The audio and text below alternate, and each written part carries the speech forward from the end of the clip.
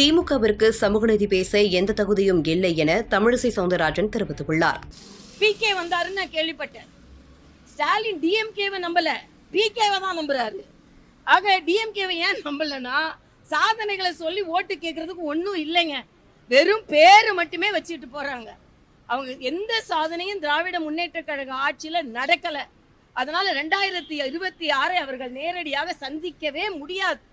அதை நாங்கள் எல்லாம் சேர்ந்துதான் இந்த ஆட்சி, அதாவது அண்ணன் சுப்பிரமணியன் சொல்றார், நீட்ல ஒரு குளறுபடி வந்த உடனே ஆட்சி மாற்றம் வரணுமா. அப்போ ஒரு மாவட்ட தலைவரை கண்டுபிடிக்க முடியல, ஒரு கஞ்சா கடத்தல்காரரை கூட வச்சிருந்தீங்க, இன்னும் வேங்க வயல்ல என்ன பிரச்சனை இன்னும் கண்டுபிடிக்க முடியல. சமூக நீதியை பற்றி பேசுவதற்கு உங்களுக்கு எந்த உரிமையும் கிடையாது. ஒரு வேங்க வயல்ல யாரு மலம் சேர்த்தார்கள் என்பதை கூட கண்டுபிடிக்க முடியாம நம் சகோதரர்கள் எந்த தண்ணியை குடிக்கணும் அப்படின்னு அதற்கு ஒரு பிரச்சனை வந்தபோது சொல்றாங்க, நாங்க என்ன சாப்பிடணும் அப்படின்னு நாங்க தான் முடிவு பண்ணுவோம், நாங்க என்ன பேசணும் நாங்க தான் முடிவு பண்ணுவோம், என்ன மொழி பேசணும் என்ன. ஆனா நமது சகோதரர்கள் வேங்கை வெயில்ல என்ன தண்ணி குடிக்கணும் கூட அவங்களுக்கு உரிமை இல்லை.